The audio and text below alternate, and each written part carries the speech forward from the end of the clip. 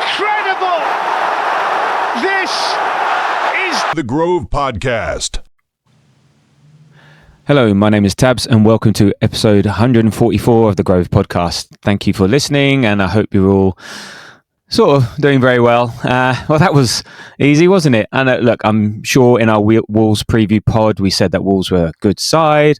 They were in a false position in the league, that this would be a tough fixture, close game, and would be glad to get away with just a 1-0 win, didn't we? So, I mean, look, there's no way of checking or finding evidence to the contrary. So, yeah, we're sticking with that story for now.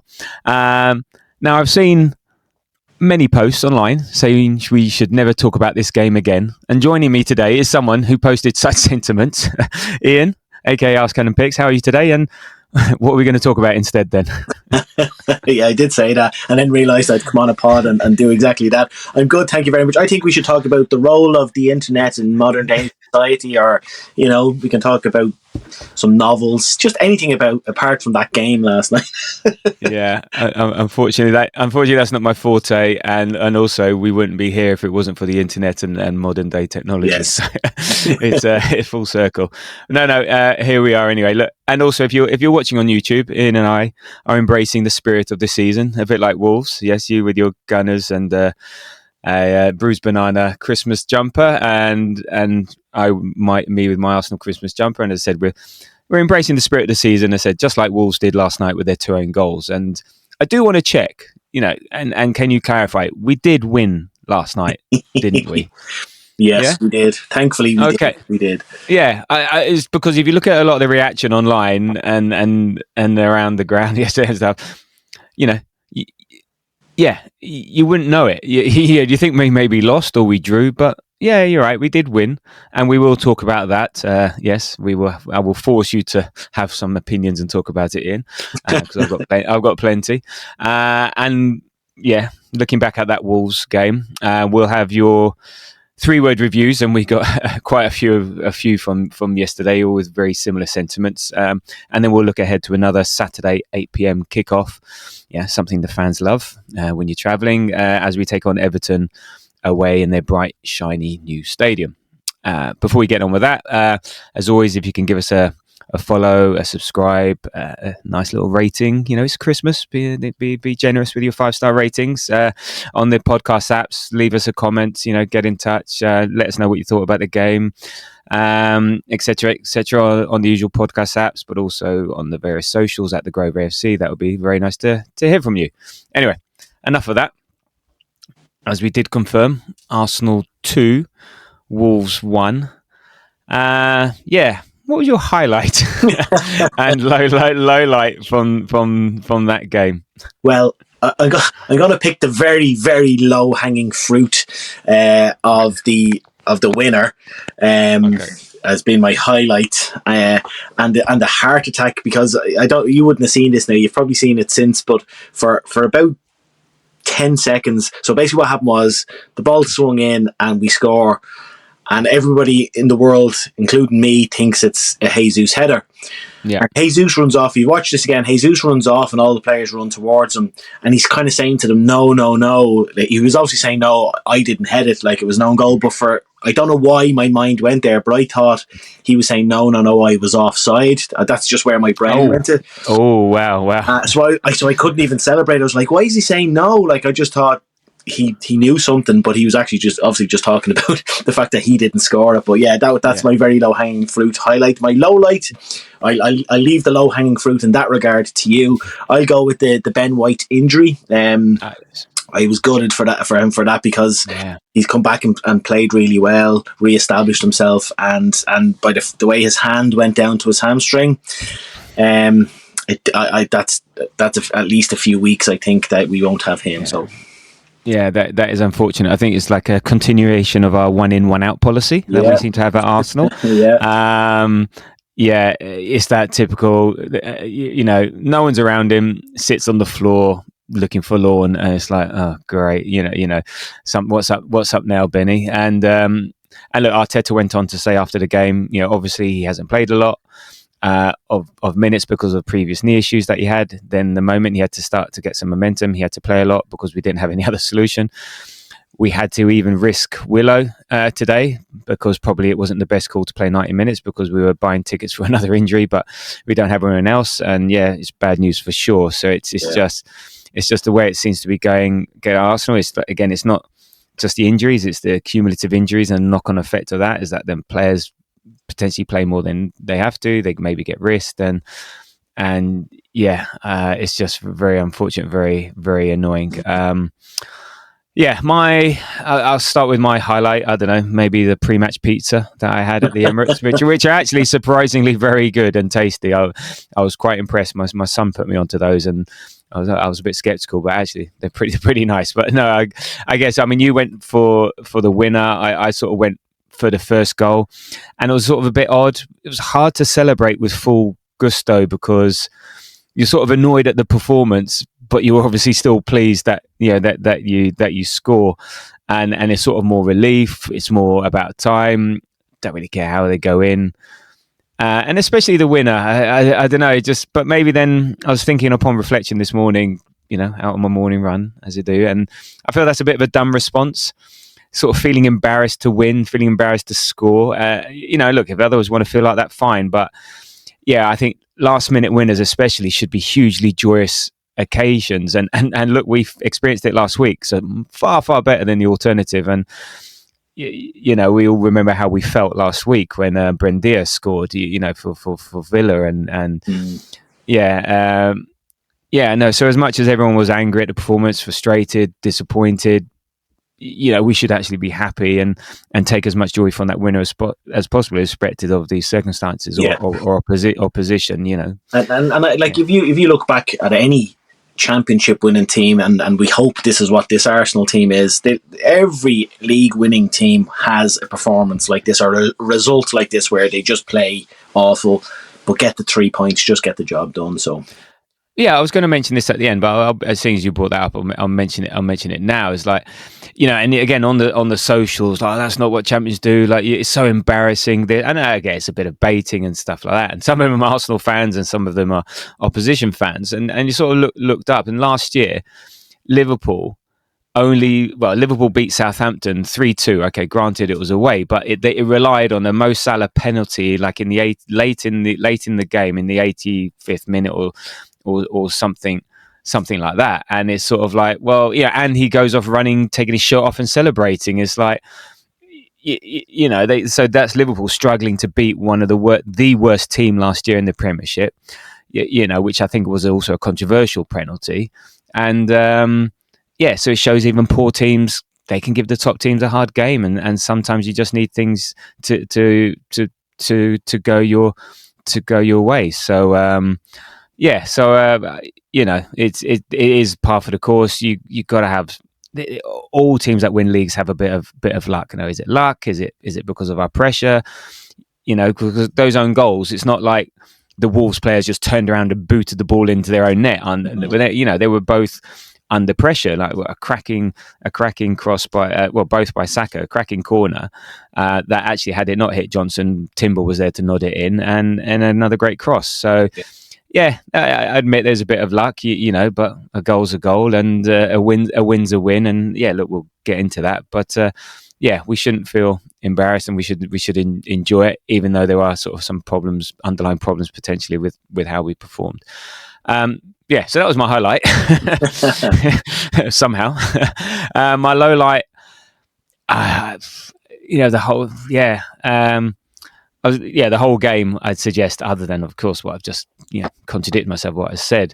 But maybe if I pick one moment, it was after we scored, and it was the way we allowed Wolves to equalise, and not just equalise it itself. It was just, we got tight, we got worried, we just got deeper and deeper, and limited press. We didn't go and engage, and not that you could see the goal coming as such, because it wasn't like they were putting a load of threat, but also you weren't surprised either when they did equalise, because the possibility of something dumb happening and just the way that game was going, I didn't feel like at 1-0, oh right, really, that's it, we've got this game sewn up. It just football's stupid like that. And they're just the way we just didn't capitalise on going 1-0 up. Again, this was Wolves' worst team in the league. There for the taking, their heads would have dropped. And even Arteta said afterwards, he said, we had a period of 2 or 3 minutes in deep, totally passive, with horrible defensive habits. That is nowhere near the level that is required against a team that hasn't had a single shot. The first time that they had an opportunity to do it, they scored, sod's law. And this is the Premier League. Unfortunately, we are relieved because we managed to score a goal at the end and go and win it. But we need to improve in that sense for sure. So even he sort of acknowledged that, saw that, and we could all see it happening. You say, well, come on, and you just see the tension just there mounting. So yeah, that was a bit of low light. It's just how we manage that situation, and I think there's a lot to learn from that. So, but as I said, we did win. Anyway, so if we take it back to the beginning, the lineup. So, and there were a couple of surprises there. There was no MLS. Hincapié, which we ultimately found out going to left back. Saliba was back, but as Arteta said, it was a bit of a rush back. And then Timber at centre back, so another new centre back partnership to add to the list, and then no Odegaard and Eze playing the right 8-10. So, I mean, how did you feel about that lineup? Did you have sort of concerns about no MLS playing? And what did you think? Still confident? Yeah, but I was still confident, but I was very surprised that MLS didn't start. And I thought, God, where does that leave him if we have all these injuries? And at first, when I saw the lineup, I saw the names, I thought Timber was going to play left back. Yeah, and I think a lot of people thought that. Yeah, and I quickly realised no, it'd be Hincapié. And now Hincapié's had a great start. So to be fair, it's not as bad on MLS if you know what I mean by him getting in ahead of him, but still it's not great for him. So, and I was fully convinced that Martin Odegaard would start. I actually placed a little bet, and in like a little accumulator bet. Within it, I had Martin Odegaard to get an assist, and then he doesn't play, he doesn't start him. So I was very surprised by that. I transferred him into my FPL team as well, thinking he would start, and I thought it'd be laying on goals galore for Gyökeres. So I put Odegaard in and captain Gyökeres. Yeah, I was the same. Within that same bet, I had a Gyökeres goal and a Martinelli or an Odegaard assist, but neither happened. Wow. We know fuck all. Yeah, we really do know nothing. But yeah, so they were my surprises. I was going to say maybe Trossard to start for Martinelli, but he's only back from his injury, and we had to take him off last week against Villa because he wasn't great. He wasn't fully fit. I mean, so it was important to give him a bit of a rest. But other than that, I was happy enough. Yeah, I mean, once we realised Hincapié at left back, then it made a bit more sense because he's doing well, and it'd be nice to see what he's like at left back.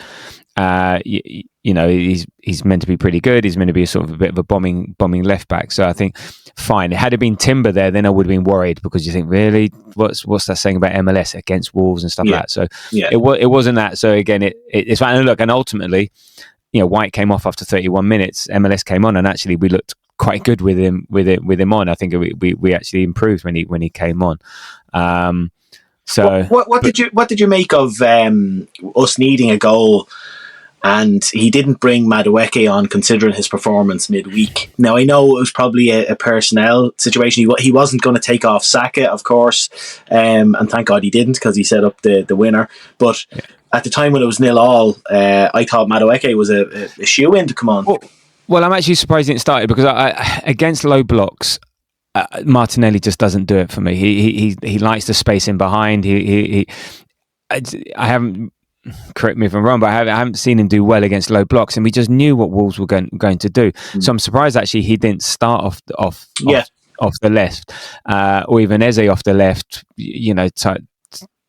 Given who he played, sort of thing. So and he doesn't bring on actually, Saka has come over against Bayern Munich. I think Saka came off and he brought on Madueke. So he's not been sort of adverse to doing that. But given that Saka was the only person really with any end product yesterday and any sense of an attacking threat, you're right. So no, I'm surprised because also he talks often about momentum. and look, he scored midweek, so you bring that in there, and I think Madueke with his direct running, the way he is a bit trickery, just a bit more chaotic than Martinelli, who's maybe a bit predictable. Okay, Martinelli did have that one chance and almost scored, but yeah, I was surprised. Not only did Madueke I was surprised that Nelly started and Madueke didn't start. You're right. He could have. Yeah, the fact that he didn't bring him on at all was, but strange. But then he brought on Trossard instead. So then, the only way he would have brought Madueke on was, and Trossard I think did all right since when he came on. So he's good, I think it was my issue was more about him not starting than anything else. Yeah. So there we go. And I would have liked Odegaard and Eze. I thought give Azubi a rest. He's played loads of minutes recently. Put Rice at the base and have Odegaard and Eze there. He wanted to do it against West Ham. Odegaard then got injured and didn't work out. So I thought, well, this is a perfect time to do that. I said, and maybe sort of build that relationship between Odegaard and Gyökeres. And again, that didn't happen. And even when they were playing together second half, not a great deal came of it. But yeah, so I was a bit. It's Wolves, so we should be able to put in any 11 and beat them. But yeah, I just felt a bit about that lineup, that lineup. But it is what it is, and Arteta's paid the big bucks to make those decisions. So there we go. So in terms of the game itself, unsurprisingly, a lot of the stats go in our favour. And before we get on to sort of the main stats, like I'm looking at the sort of momentum map where it just sort of shows there's a line, and then above and below shows the amount of possession and effort a particular team has, and it's just nuts that it's literally just all Arsenal apart from that last 15 minutes. There's a couple of pockets of Wolves in the first half, but it's just all Arsenal momentum, and I guess that's what we expected. And overall we had 70% possession to 31, but even up to the 86th minute I think we had 82% possession, but that's possession. If you're doing nothing with it, it doesn't matter, because our XG was 1.13 to their 0.38. Now I don't know if that 0.38 includes their own goals, but I don't think so. But we had 16 shots to their 3. We had only 2 on target, and they had 2 on target, and they were quite nervy moments, because I think those 2 on target were one was obviously the goal. I don't know if shots on target includes the goal, but they had a couple of chances before we took the lead, to score. Yeah, they had that one where what's his name? Well, there was Hwang when he broke away, and that's when. I very nearly said that's when Barry White did his hamstring. That's when Ben White did his hamstring. I think how Barry White does his hamstring, just getting out of bed in the morning. If he's still alive, I don't know. So we had 3 big chances today. One, we missed all our big chances, and they missed their one. But this is also a telling stat. We had 500 accurate passes to their 180.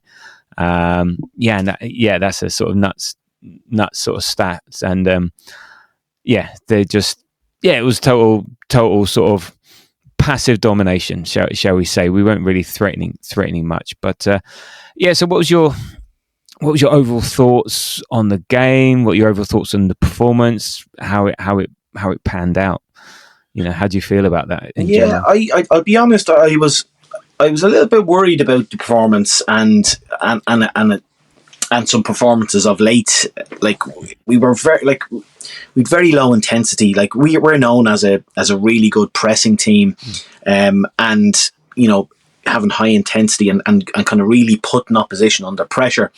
But we were, and Arteta kind of nailed it. He said, especially towards the end, we were so passive. Like we were, to be honest with you, and we do our little predictions. And I was kind of swayed. Genuinely, this is gonna sound like after the fact itis, but I very nearly put in a prediction of 2-0 last night, because I had a feeling it was going to be a tougher game than everybody thought. But you guys were all putting in not mad scores, but you went 12-0. Yeah, I 12-0 divided by 3. So I went with a 4-0. But I leading up to the game, I just had a little bit of a feeling in the pit of my stomach that this wasn't going to be, because it wasn't going to be as straightforward as we thought. But even still, like we need to be so much better when we're playing against these teams. And it's not just this performance, but like how we played. Now, to be fair, away at Stamford Bridge is a tough game, but they were down to 10 men for quite a while, and I don't think we weren't great. Away to Villa, again, another tough place to go. They're flying high, but we weren't at it. And so it's not so much just last night's game, but just an accumulation of some performances of late. And it's so unlike us. Now, of course, you have to use the caveats that we've so many players out and so many different defensive partners, as you've highlighted, because that's a huge part of it. Like when we have our starting back four, we're kind of nearly unbeatable. When we had all our offensive injuries, I remember, I regret the day I texted your friend of mine and friend of the show, Mitch. We were saying, God, we're worried about these injuries in attack, and I said, look, this was probably about a month and a half ago. I said, at least our defence is fine. I said we've no injuries there, and I said, so it's all your fault, basically. And I actually texted Mitch recently saying, I actually replied to my message, and I said I highly regret ever sending it. Because literally, I think the game after that, we started to get our defensive injuries. So look, there are a few caveats, but a lot of personnel are still the same elsewhere on the pitch, and it's just a little bit of a worry that, as I said, our intensity has dropped off in these last few games. Yeah, and I think you're right. It all does stem from the defence, from the back, and we are maybe a defence first team, and our solidity is built from defence. And they always say that you win championships with your defence, and it's been notable that without Gabriel there at the back, and it's not him per se, but it's the whole group. We're just not as solid at the back. We are giving up goals, and we're not able to then sort of leverage him also when we need a goal, like a game like yesterday, when you're struggling, then you need that set piece to break open a game earlier on. That it is part of that. I mean, I know. Look, it was very clear that Wolves came with a plan. The lowest of low blocks, 5-4-1, 5-3-2, sometimes 6 o'clock the back, and basically everyone behind the ball. They wanted to slow the game down, kill any momentum. They were taking ages with restarts. They were going down, stopping play with injuries in inverted commas. It was just so stop start. And then they were trying to catch us on the break, which, as I said, they almost did, and on a couple of occasions. And then also they got humiliated on Monday Night Football against Man United. And I think when that happens, you sort of have that added incentive. Well, we're not going to let that happen again. And it seemed really weird, actually, with 70 minutes gone or whenever, after we scored the winner, their goalkeeper still wasn't rushing to take the goal kicks. Okay, he wasn't dicking about like he was before, but he was walking. He wasn't like, well, we need to get on with it. So maybe even their minds were like, right, we don't want to get done big again. And look, they did a good job of it. They were disciplined. They did a job of it, partly because we made their life easier. But with the team that we had, irrespective of what's gone in the past, we're at home. We knew this was coming. We knew that we would have all the possession. We knew who they are, and we should have had too much for them. This is an opportunity to get some confidence, get some goals before we have a week off against Everton, and we just didn't turn up. And it's hard to explain.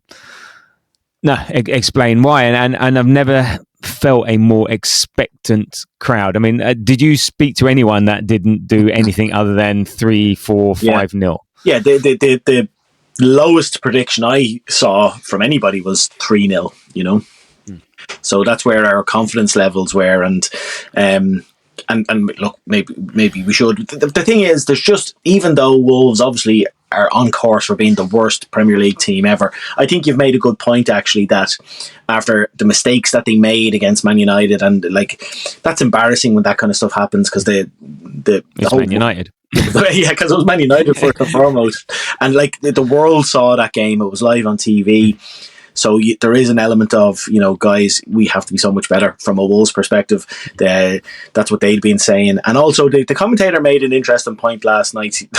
He said, and this might sound silly at first, but he said that when they play at home at Molineux, that they're the crowd is so much on their backs that it's probably easier for them to play away at the moment, because they have a little section of fans. They're obviously the diehard fans there. Yeah, they're hardcore, a bit more that, support you till the die sort of stuff. They're support, like really real supporters, whereas at Molineux they're getting booed every week. So in one sense, counterintuitively, the pressure was off them a little bit, playing away. They'd nothing to lose. So these games can catch you sometimes. Like, it's happened so many times over the years, and thankfully it didn't catch us. It got us. Yeah. We got the 3 points, and we move on.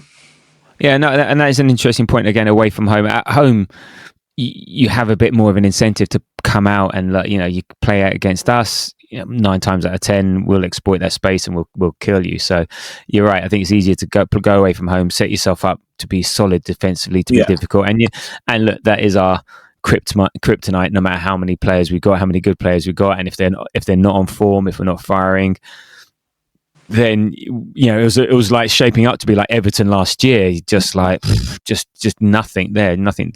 But I am a bit torn about how to feel about this, because it is quite positive. This is a really bizarre statement, but it's quite possibly the worst win I've ever witnessed. But it's a win. We scored a last minute winner, and we should all be happy. And I'm happier today upon reflection compared to where I was last night. A win's a win. 3 points ultimately is the most important thing. We're top of the league, and now the pressure's on the other teams today to stay in touch. Yet the underlying nature of the win, and as you said, the recent performances since the Tottenham game, when we battered them 4-1, just haven't quite been there. And excluding Europe, because I think that's a different kettle of fish. But in the league, it's just something's not quite right. Something's not firing. And look, again, so is this just a blip? Is it just because of injuries? Is there something fundamental that's going wrong, or is it an easier fix? It's hard to know. But yesterday, I think you said, we were slow, ponderous, inaccurate. Just nothing was clicking. We lacked creativity, any spark. And we ended up doing some desperate defending as well. Even Rice's deliveries were poor on occasion. And I think we missed Calafiori as well as that sort of agent of chaos. And again, you need something like that. You need something unpredictable. That's why I say Madueke a bit unpredictable, Calafiori unpredictable. Calafiori can break open games. Like, how many times does he appear like in just very strange positions and sometimes bangs in a goal? Like, yeah, you do. I was thinking about Calafiori afterwards, saying that God, he would have been perfect for that game yesterday. Yeah. I mean, are you concerned long term, or do you think it's just the end of a bit of a patch? We've had some hard games. We're still trying to mix and match in defence. We've got a week now off until we play Everton. Time for Arteta to reflect, change a few things up. I think he even alluded to that in post-match presser. Yeah, are you concerned for the long-term sort of prosperity of the team, or do you think, nah, we're fine? Yeah, I'm a little bit concerned. 5%, 10%, where because it's a very busy time of the year as well. Like, if you're not on it during a period like this, it's not as though in a month you're playing, 4 games. You have the potential, if you're not on it in periods like this of the season, to drop a lot of points, because there's just so many games coming around. So I am a little bit concerned that we've been off it. But at the same time, I think we've done, in some regards, we've done remarkably well considering the injuries that we've had. It's like, we cannot sleep on that. If we can get players back, if we can get that base back to being solid. Basically, we need Gabriel back. Yeah.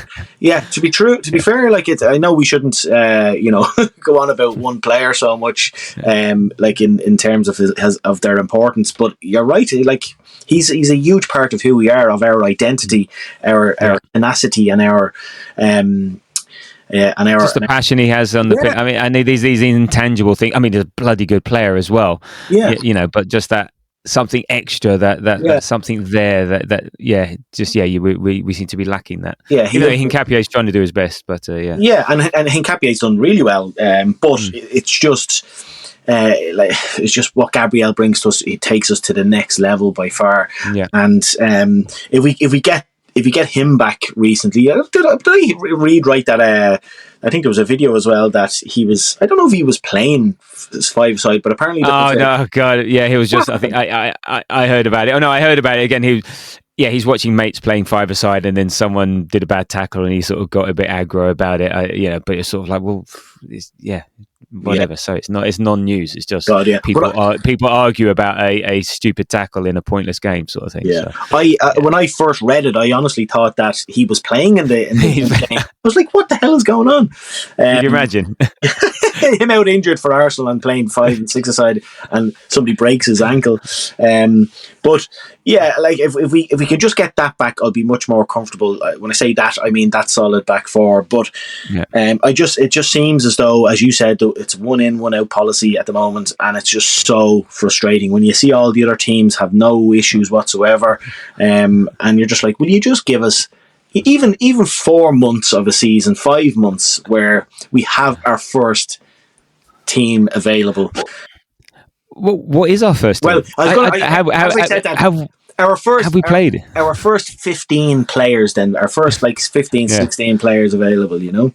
No, but it is a question because I don't think Arteta's played the team he'd ideally want to play when he envisaged the beginning of the season. Now, maybe, you go into the season and maybe a couple of but you think, come September, this is like, the primary 11, and then we're going to switch in and out a couple of players, but you keep the momentum, but the base will stay the same. But even then, you manage that out, and I don't think he's ever had that. And no, because literally the very first game we lose Kai Havertz, and we haven't seen him since. And then we lost Saka, we lost Odegaard twice. It's actually crazy, and that's why, in many ways, I'm so proud of this team and Arteta and what he's done, despite the adversity he's faced. I saw a chart of all the most injuries this season, and we were second in it. To be fair, Aston Villa were first, and they're flying high. They had something like 26 injuries this season. We had 20. Wow. We had 25. That was before Barry White did his hamstring. Yeah. So it's so frustrating. Just give us a little bit of a period of time where we can be fully fit in inverted commas. I know it's not possible, and all teams suffer injuries, but my God, do we get them in key areas a lot? I hate to break it to you. Do not give me any bad news right now. Barry White died in 2003. And look it up, kids. Otherwise known as the Walrus of Love. The Walrus of Love. God. Poor Barry White. Oh my God, there you go. So yeah, that's 23. How can we be making a reference to let's be fair, it was you who still alive. A soul singer that passed away 23 years ago. I had to look it up while you mentioned it. Anyway, that's good. It makes this much more fun. Anyway, beats talking about Wolves. Anyway, so look, in terms of the first half, look, 73% possession to 27. I mean, they had, we had 19 touches in the opposition box there, 5, and the fact that they got 5 was more than they should have done in the first place. But and actually, the biggest thing we had a lot of possession. Timber had a header, but I said Wolves had that break. I think Juan got it from a break, and then he sort of had to run, 3/4 of the length of the pitch, and you could see all our players in the stadium. I think you wouldn't have seen it maybe so much on the TV, but on the stadium you just see a whole tranche of Arsenal players just chasing after him. It was very funny because some were then catching up with others, and then they were slowing. It was like they were playing. It was like they were doing a 100-meter sprint, and they were having a race. They were just chasing Hwang, and I think actually, even though they didn't get to him or catch up with him, just the presence and just their sheer pressure would have influenced how Hwang how shot, because he wasn't. He go, oh my God, they're coming. I'd say he took a shot probably about a second and a half, 2 seconds earlier than he would have wanted, and that was because Timber got to him just as he shot. Yeah, but it was a bit worrying how easy the chance came. And then on 34, Nelly had that poor header at the back post. It felt like he got to the ball early and therefore got under it and just wasn't quite right. Saka put in the really good ball in for Gyökeres. Now there's talk saying, from where I was, I couldn't tell, but Gyökeres couldn't get to the end. This is like in the 37th minute. If you remember, if you don't, you don't. But it was sort of like, should he was he caught on his heels? Should he be getting on the end of that? Yeah, I'm 50-50 on it. I saw some people post actually today, a little gif of it, and they were saying, because Arsenal fans are saying, and I agree to a certain extent, that he hasn't been getting the service really from our players. I don't think we're used to having somebody like him yet, and we'll talk a bit more on Gyökeres later, I'm sure. But in that moment, if he had anticipated it a bit more, he might not, because the defender was there as well. There's no guarantee he would have got it, but we'll never know because he didn't fully anticipate it. And that's, that's his job, is to kind of be on the end of those. So I was a little bit disappointed that he didn't at least make contact with it, Yeah, he only had 5 touches in that first half, which I think was the least out of everyone, I think even including Wolves players. I mean, what did you make of his performance overall? How are you feeling about Gyökeres? Yeah, it's a funny one, and like in our group, in the podcast group, Jamie saying that Gyökeres isn't it, and I do get that, I really do. I kind of have one foot in that camp, but the rest of me still thinks, like I just said, that he's not. I just don't think we've learned how to play with him just yet, and we're not playing to his strengths. He's very, very low touches, as you've just said. But in the moments, what's disappointed me about him is that in the moments where he could have done something, like he didn't. He gives the ball away a bit too easy. Now the other side of it as well is, again, we're judging him on the last few games. He still is just back from injury, and it will take him a while to get fully up to speed.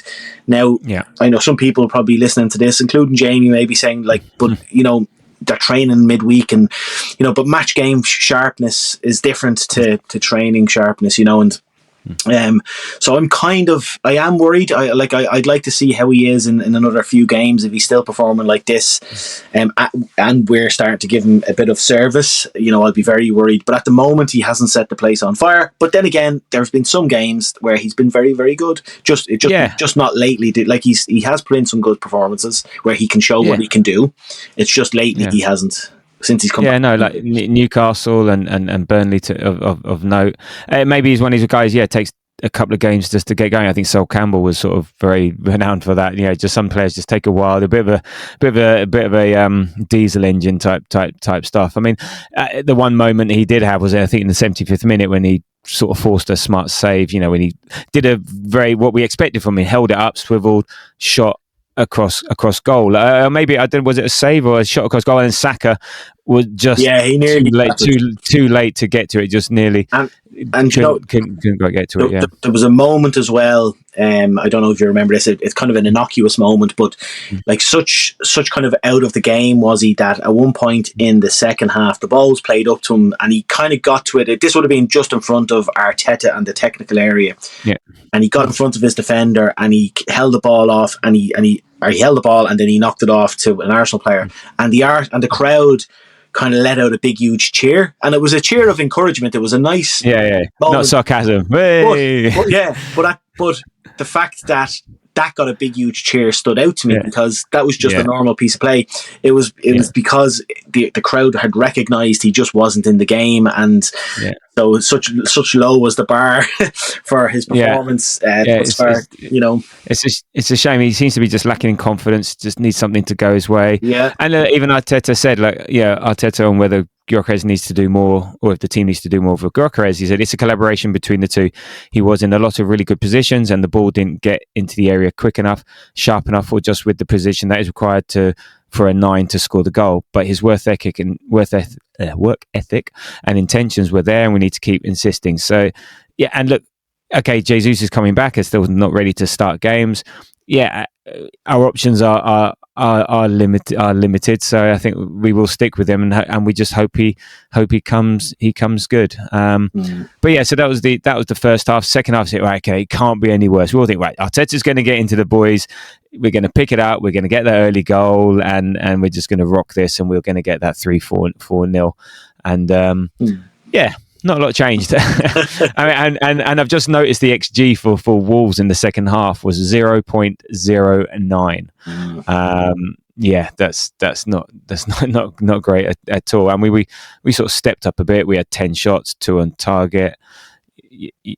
So we did sort of step it up, and it started off. I mean, but then our first major effort was 57 minutes when Martinelli did that great run, beating Doherty, and he just fired across goal. He just couldn't get his foot around it to get the bend on it. However, I also think all the Wolves defenders crashed into the 6-yard box, and Eze was sort of there, nearish the penalty spot. If he'd just cut it back, I think it would have been an easiest finish. But yeah, then we made some subs. Martinelli, Eze, Zubimendi off, Trossard, Odegaard, Marino on. I've heard, I don't know if they showed it on TV, but I heard Zubimendi was not best pleased, shall we say? Yeah, he being substituted. Well, the camera went as he was going off. The camera went to him, and he kind of jogged off the far side of the pitch. That's where he was near. Yeah, and he just put his hands on his face, and he was rubbing his eyes and face. Now the camera went off him after that, so I don't know. That's all I saw. But I was a little bit surprised that people were saying that he was really annoyed. I just thought he looked just disappointed. That he didn't. But okay. I don't know if he threw a little strop after the camera went off him or something like that. But yeah, sure. Look, you want your players to be disappointed, like run off. Yeah, I mean, he's been pulled off a couple of times recently. Okay, Tabs. Substituted. This is a kid-friendly show. It's not the Red and Raw podcast. In joke. Where are we? Yeah, so yeah, maybe. But and then 66 minutes, Rice in Real Madrid range. Had a great corner. Was it going in? I couldn't tell because I'm side on, and even the replays couldn't tell. But you might have had a better view from the TV. Was it going in? No. The keeper got like the very, very tips of his glove onto it. But if he had not touched it, it was going over anyway. Oh, okay. We'll feel better for that. And then Rice again, 2 minutes later, had a really good chance. On the edge of the box, checked inside, and apparently it was like a really good save by Johnson. So look, we were knocking on the door, but it was still fits and starts. It wasn't, again, it was still stop start. The momentum wasn't there until the 70th minute. A fantastic corner by Saka. He hits the far post, bounces back across goal and hits Johnson on the back and goes in, and that's always very funny when that happens. But one thing I think Gianluca, my son, said to me on the train back was Johnson was doing a lot of punching at corners, or was attempting punching, and he missed this one, which then meant the ball sailed over his head, and then because of the way he's landing, trying to punch the ball rather than claim it or whatever, then it bounced off his back. Now, look, if it didn't hit him, Timber was there, but yeah, so maybe maybe Saka spotted something, and so okay, a bit like the Zubimendi cross midweek, it was just the trajectory was so good that it just takes it out of the reach of the keeper, and it goes in. So deserved, just about, but you take it, anything, and then everyone's thinking, right, that's it. Whew, let's go. Let's get let's get a quick second one, and we can all relax. Yeah, that's the all. Game's over. The game's done, and look, Odegaard then hits the side netting. Grocker's had his chance. Then Jesus comes on, and then on the 91st minute, after we sat back and were passive, Tolu Arakodare. Ball goes in, just a header. He got in front of Hincapié. It's sort of a smartish header. Raya looked a bit. If he'd have been central, he might have been able to save it. I saw an angle which made him look like he was. I don't know where he was standing, but there seemed to be a lot of space to his right-hand side where the ball went. Now, I don't know how far into the corner ball went. If he was standing a couple of steps to his right, whether he saved it, don't know. Yeah, the ball did go basically into the centre of the goal. I think he just badly misjudged the shot / cross, and maybe he thought that was just going to get through to him because he'd taken a step to the left because that was the trajectory of the ball at the time. Okay. And then then the Wolves attacker, who you pronounced very, very well there, I'm not even going to try, he just nodded the ball basically into an empty net. It looked really weird. Yeah, it was a strange one considering how good, because usually a header like that comes in, the keeper will at least make an effort to save it, but such was he out of position, I think, that but the header was so good that I reckon even if he was in position, I don't know if he would have gotten down to save it, but we'll never know. Never know. And so very deflating, sort of not surprised, sort of half expecting it, and people started to leave, and sort of like a bit of disbelief in the stadium, sort of like a bit of shock, but also, not surprised. And then cometh the 94th minute, cometh the man, as they say, or men, Saka with a superb cross. And we all thought, as I said, Jesus has scored, but he missed it, and it was a beautiful header by Mosquera. But this was particularly funny and a lot of karma, and you posted about this. Yeah. Like I posted the picture of basically Mosquera fingering Gabriel Jesus's bum, and sorry, kid show, sorry, and him strangling, choking Kai Havertz on the ground, and I just thought it was hilarious. I was like, it always happens. It might take a season or two, sometimes it takes 5 years, but it always comes back to bite you. And it was just great that he was the one that got. Well, obviously, it would have been better if Gabriel Jesus had scored it, but the second best option was for Mosquera to do that, and good enough for him.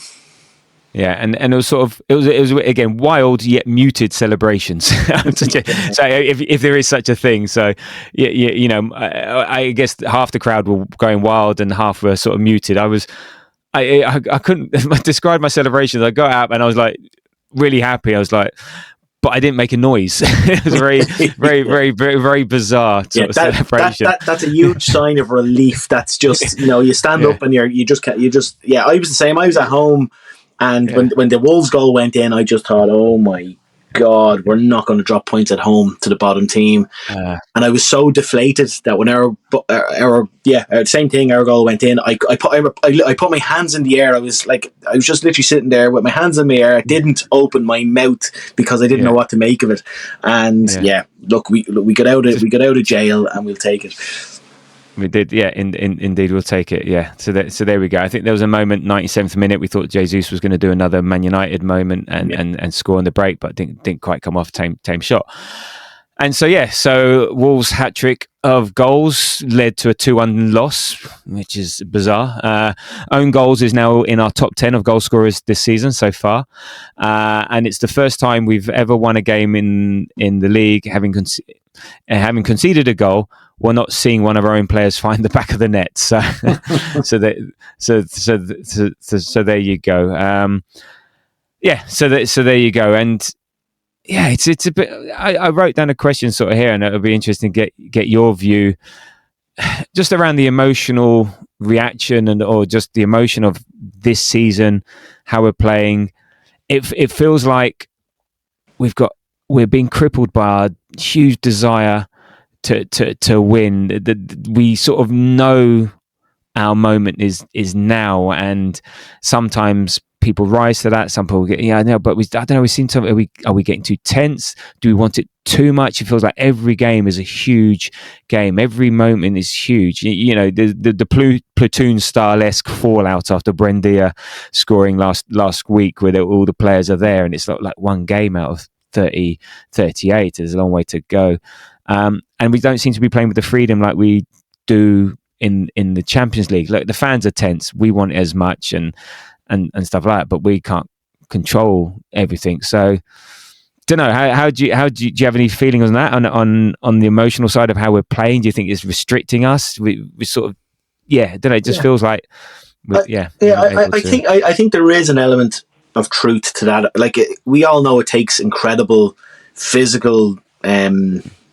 It takes a lot of physical effort to win this league, but it takes a huge amount of emotional effort as well.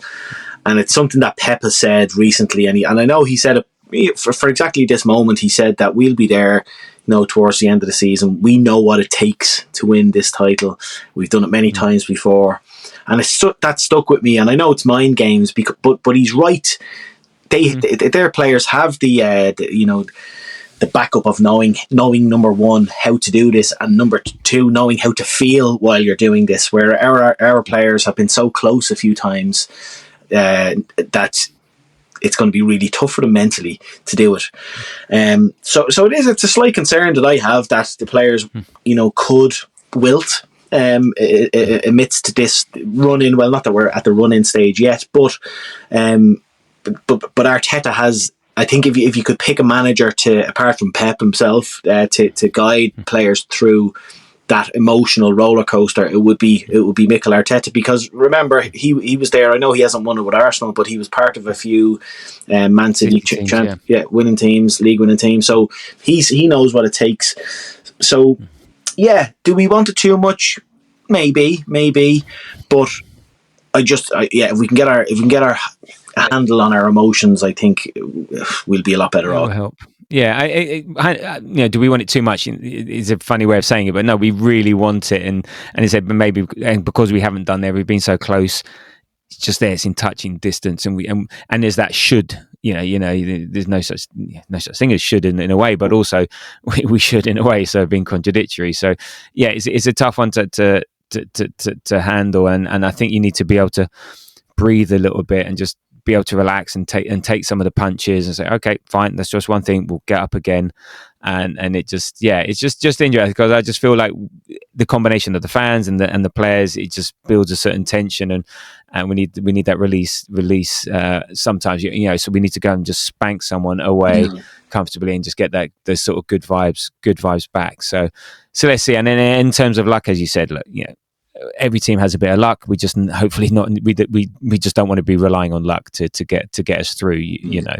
And there we go. And look, and then one final comment on that is that one thing's for sure: opposition fans last night must be hating us even more today, because we 2 own goals win us the game, a late equaliser that meant nothing, and a late winner for us. And if you can't take any joy from the game itself, our performance of that is that you take all the joy out of City fans, Tottenham fans, Chelsea fans, Man United fans, all these other fans, just like you, lucky bastards. And you know what? I don't care. And that's really funny. I've mentioned it on the pod before that I have a penchant for looking at the Fan Reaction TV YouTube channel, and actually when you came on, when we were just before we started recording, you heard a noise, and you were like, what's that? I was like, I'm watching my Fan TV here, and the rival fans were just devastated. Look, do you remember recently Leeds get it back to 2-2 at Man City? Or where maybe, I can't remember, it was at Man City or if it was at Ellen Road. But no, it was Man City, and then Foden scored later on. So I can remember how I felt when that goal went in. Foden scored. I was gutted. So look, they're going to have a bit of that now, and feck them. Yeah, indeed, feck them. So, any particular players that did sort of stand out for you yesterday? Amongst the dross? Amongst the dross, God, it's a good question, because even the stalwarts, the bankers were off it a little bit. Even Declan Rice was off it a little bit. I thought Hincapié played well. He was at fault for the goal. He was number one, keeping the guy on side. He dropped back. If he had stepped up with the other lads, he'd have been offside. But in general, he played really, really well. But it is really hard. I thought Trossard, even though he only came on, I thought he did well when he came on. Saka, obviously, it's an absolute sin, by the way, that Saka doesn't get 2 assists for those 2 goals. I think FPL he does. I think he does. Maybe not in Fantasy League he got the assist. But I don't know. Some places he do, some places he doesn't. But yeah, I think the official Premier League people don't. When it's an OTP, they don't give. An assist for that. But yeah, Saka was really good, and thank Christ, he's back. And well, I know he's back a good while, but when he was out, he's another guy that if we lose him for any length of time, we're buggered. But he's our threat. And sometimes in the past we've been guilty of being very right side centre, if that makes sense, and that can be a worry. But yesterday he got us out of jail in a big way. So yeah, Saka and Hincapié were my 2 standouts. Yeah, I mean, me too. I like Hincapié's front-footedness, his combative nature. It sort of makes up a bit for what we missed with Gabriel. I think he's only 23, and I think he'll be a great member of the team. And you're right, Saka. He seems to have the team on his shoulders. He seems to be our only real threat at the moment. Even Villa, he was the main man. we seem to get a bit of balance recently, and now suddenly we're going back to being right-hand side dominant. I mean, he was playing well with Ben White, again and then Odegaard comes in, again the used to the old players. So, but yeah, we seem to have gone a bit right inside, and maybe and then we're falling back on the tactic of we're not really doing much. Give it to Saka, see what he can do, sort of thing. And then they've got like 2-3 men on him again, so it sort of feels very last season in that respect. But he did step up. He was like he actually won. He had 10 duels yesterday, and he won all 10. Which is like the most by any player across in the Premiership. I think over the last 10 seasons. So by an Arsenal player, he had most touches in the opposition box with 6, created most chances 4, completed most take-ons. So yeah, he really was carrying the team yesterday. So yeah, it's a strong performance from him. So. Look, we are top. Let's not forget that we're top by 5. Okay, City have to play Palace away, but we look at what happened yesterday, and there's no guarantees. And Palace beat them 1-0 last year, I believe. And yeah, so let's hope Mateta. I think there was 75% chance of Mateta playing, so hopefully he's in. I think Munoz not playing, but we never know. But yeah, so we're top. And that Villa have to go to West Ham, and it'll be very Emery to beat us in the way they did and get up for that, and then go away to West Ham and lose. So we'll see. And look, we're 8 points above Chelsea with 8 goal difference. So yeah, we're not in a bad spot. And then Liverpool, somehow we're only 10 points above them. It sounds a lot and sounds a little at the same time, given how their poor season. They're suddenly in 6th, so it's interesting at the top. So we're all Palace fans today. Kicking off in 4 minutes. Kicking off in 4 minutes. Wow. So yeah, there's some good games actually today. You got the Tyne-Wear derby at Sunderland, Forest laugh along against Tottenham, and. Okay, Brentford Leeds just filling out the 4:30 quota for certain clubs later on, and Palace Man City. So there we go. Anyway, on to your 3-word reviews, and thank you for everyone who posted on Blue Sky, X Threads, TikToks. We've also got some from the Grove WhatsApp group, and apologies in advance if I mangle your names, handles, and if I've missed any. So let's go. Let's start off with TikTok. So we have H, lucky. Yeah. I'd suggest so. Ryan, a good result. Yeah, 3 points is a good result. Fredo, 533, lucky Arsenal, thankfully. It was. Gianluca, my boy, sign of champions. Let's hope so. Dan Maguire, never give up. Gur, or Jur, you'll like this one. Yeah. Bum fingering karma. There you go. K Gibb, must do better. I think we can do better. Christu65 got 3 points. We did. And Arsenal lad 2014 couldn't even celebrate. Yeah, I know how you're feeling. So on Blue Sky, Die Minkshaft, worst win ever. And it was. I think that goes down as one of the worst wins ever. James Brooke, he sent a meme from The Simpsons, which was the worst event ever. You have to do the voice of comic guy.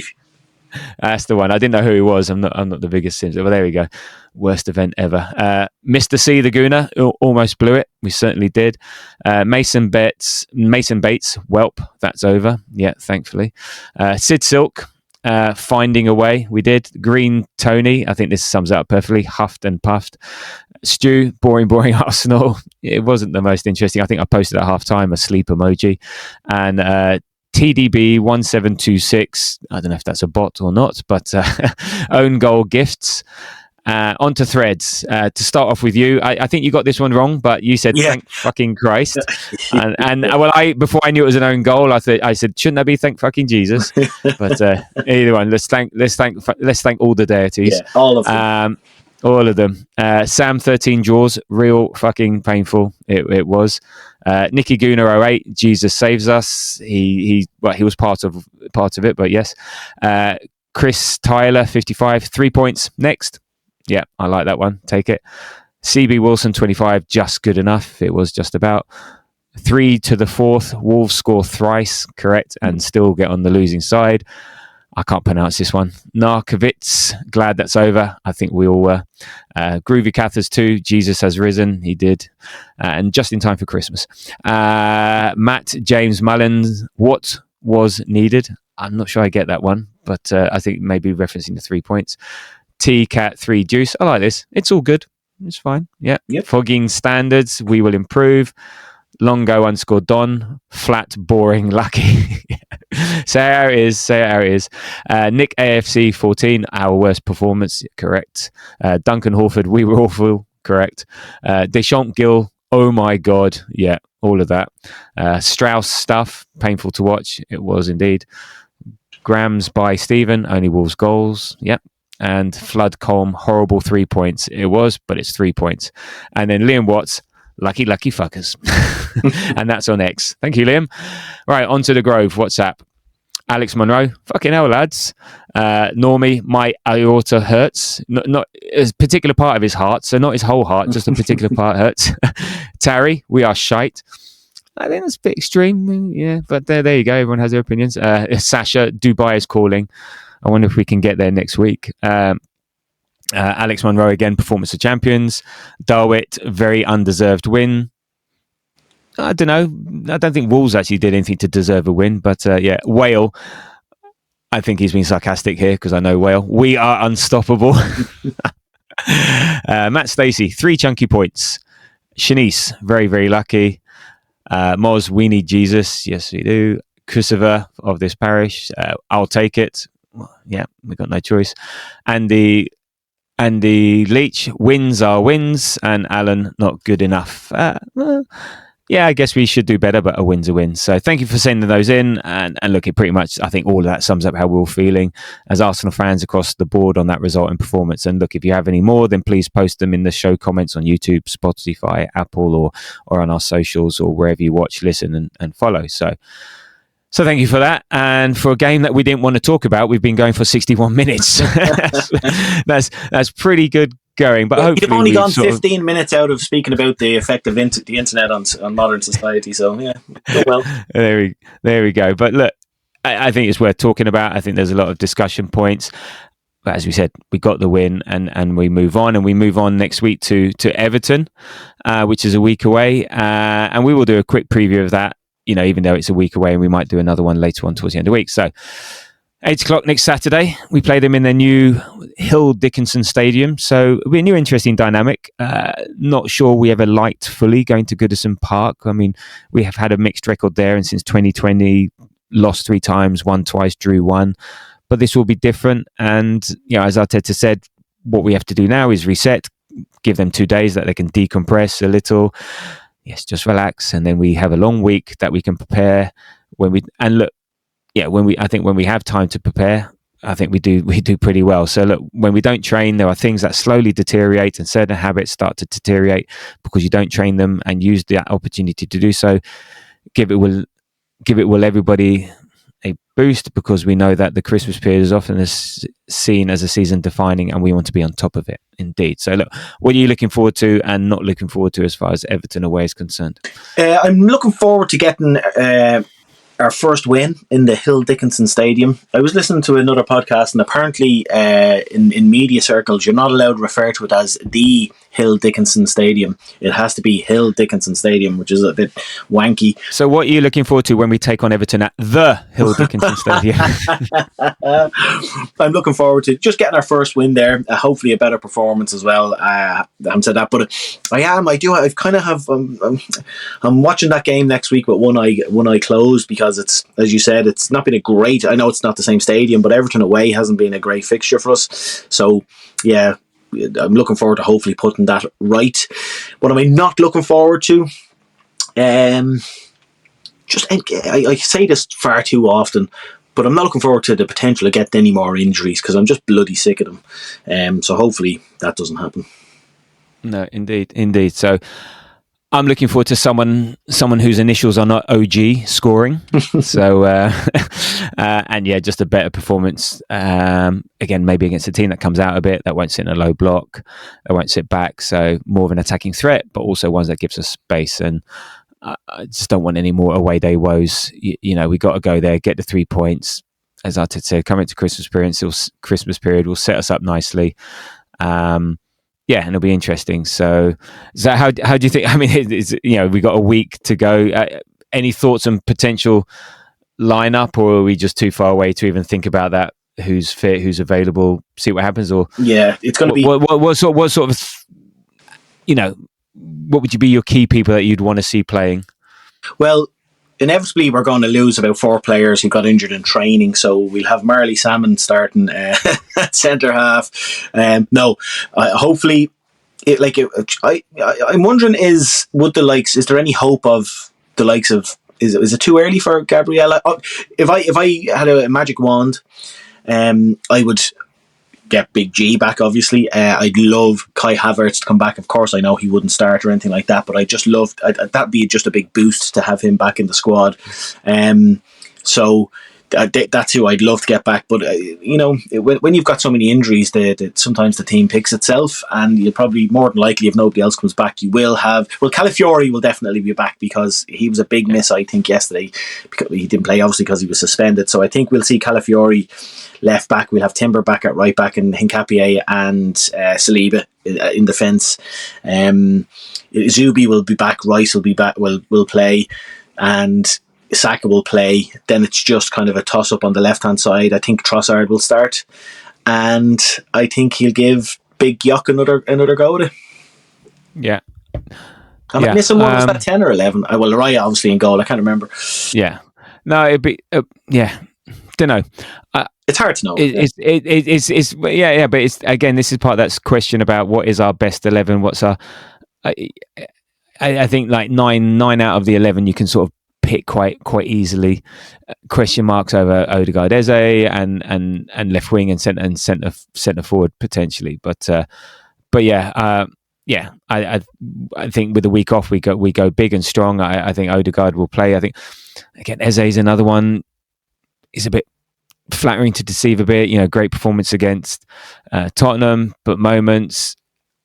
Yeah, I don't think the partnership with him and Gyökeres is quite right. I think Odegaard and Gyökeres is more suited. If someone could just tell Odegaard to pass to Gyökeres. Maybe Eze out left because he offers similar technical capabilities to Trossard, but Trossard is playing well. So, I would suggest it's Trossard, Gyökeres, Saka, Rice, Zubimendi, Odegaard, Calafiori, Hincapié, Saliba, Timber, Raya. That's what I would suggest is it. We go big. We need the win because then we got Palace midweek that we can change things up a bit. Where do you sit? Just I know we'll talk about it closer to the game. Where do you sit on that game? Don't care. The Palace, right. I'm not worried, but again, if you win, you get through it. You want to go through it. You're at that sort of stage where if we got knocked out now, be annoying, but then we don't have 2 games in January against potentially City or against a top team. So it'd be nice to get through, but also then if we don't have those extra 2 games, those 2 games are only any good for the fringe players. If we can play the fringe players, we've got our full team back. If you're getting someone back up to fitness, like Jesus, like a Havertz, like a Gabriel, so there is some use to them, but it's 2 extra games. Yeah, I'm either way. I think at the time it will be frustrating, but also if it means we got our feet up and other teams are running around, then it might do us the world of good. So let's see, but we'll worry about that in a week or so's time. So look, we're playing Everton, who are 8th, won 7, drew 3, lost 6, scored 18, let in 19. So a pretty average. I don't know, is that average, even? Team. They're sort of. Whatever. I was looking at their fixture. I mean, their home form is played 8, won 4, drawn 2, lost 2, scored 11, let in 9. Okay, that's fine. But it's not like a fortress, the Hill Dickinson Stadium. I'm trying to look at, they've beaten Forest at home 3-0. They beat Fulham at home 2-0, but then they lost to Tottenham. What else have they done at home? They beat Crystal Palace 2-1, but then they drew with West Ham 1-1. They drew with Aston Villa 0-0 at home. They beat Brighton Hove Albion 2-0 at home. So, again, a bit hit and miss. Any decent side that they've come up against, Tottenham aside, they have taken points off them. Yeah, Newcastle beat them 4-1 at home. So, and they just recently lost 2-0 to Everton yesterday. And actually the biggest factor from that was that Dewsbury Hall, who is their top scorer, I think one of their top rated players and the second most assists, picked up, I think, a hamstring issue after 16 minutes, and I think he will be missing the game along with Seamus Coleman and Jared Brathwaite. So, but they've also then got Jack Grealish and Iliam Ndiaye, who's a bit of a decent player. We drew 1-1 with them last season, but again, that was sort of at the beginning of us just faltering and also some dodgy refereeing that didn't quite go our way. So yeah, it's going to be an interesting one. They could call us challenges. Again, we turn up, we win. What sort of Arsenal is going to turn up though? So what sort of Arsenal is going to turn up, and what's going to be the score? We're going to return. I'm going to say that Arteta is going to put a bomb under them this week in training, and we'll have them playing with more intensity and playing more like ourselves, and we're going to beat Everton 2-0. 2-0. Okay. Yeah, I've gone for 2-1 just because of that defensive insecurities at the moment. It's away at Everton. They sort of get up for it and stuff like that. But I think, we should, again, we turn up, we should be too good for them, win that game. These are the games we have to win if we want to win the league. At some point, you've got to start winning these games. So there we go. So let's see. So thank you, Ian, today. I think I feel a bit better. Again, we won. Why do I feel like we feel like we're talking about a loss? Yes, there are underlying issues that we were poor. We could have done better. We should have done better. There's stuff there, but we won. We're 3 points. We're top of the league. Let's embrace that. Football is stupid. Stupid things happen. Shit teams can beat good teams. It can happen, and that's what makes the Premiership the way it is. And we're not a farmers' league, and strange things can happen. But we got away with it. We forget about it. We move on, and we learn. It's only an issue if we're just doing the same thing week in, week out, and let's hope that's not the case. So anyway, no need to cheer me up. I'm fine. I'm happy. So, and I hope you are too. It's nearly Christmas. And there we go. We can watch some football stress-free, knowing that we'll be top by 5 o'clock still. So anyway, Ian, aka Ask Cannon Picks, where can people find you and what do you do? Everybody can find me on all the socials at Ars Cannon Picks, where you can send me your cannons from all over the world. Still going strong, heading towards 750, but always on the lookout for more. Okay, I'm looking forward to the one on Christmas Day. Wink, wink, nudge, nudge. Okay, look, you can follow us at The Grove AFC on Threads, Blue Sky, YouTube, TikTok, Instagram, X, Pornhub. God. Yeah, that's the Red and Raw podcast. That's the private one. Podcast. That's Moz's Red and Raw podcast that he's got on OnlyFans. Well, there we go. And look, the next show will be. We might do one towards the end of the week, bit of a discussion, bit pre-Everton, might not, depending on how we're doing, how availability. If not, then we will be doing another hot off the pitch pod post Everton. So keep an eye out for that. We'll be live streaming about 10-15 minutes after the final whistle. So that's our sort of new instant sort of reaction, immediate response. Hot off the pitch live stream podcast. Around 10 o'clock, 5:10 on next Saturday. We'll release that as a pod as well. And look, as I said, if you enjoy hearing from us, please leave a comment. Please give us a rating. Really do it on the podcast apps. Say hello on the YouTube, on wherever comments on the socials. Love to hear from you. Love to know what you're up to. I'm saying love to know what you're up to. Love to know what your thoughts on Arsenal and I'll just stop jabbering on because I'm getting delirious now. Thank you for listening, and until the next time, come on you Gunners.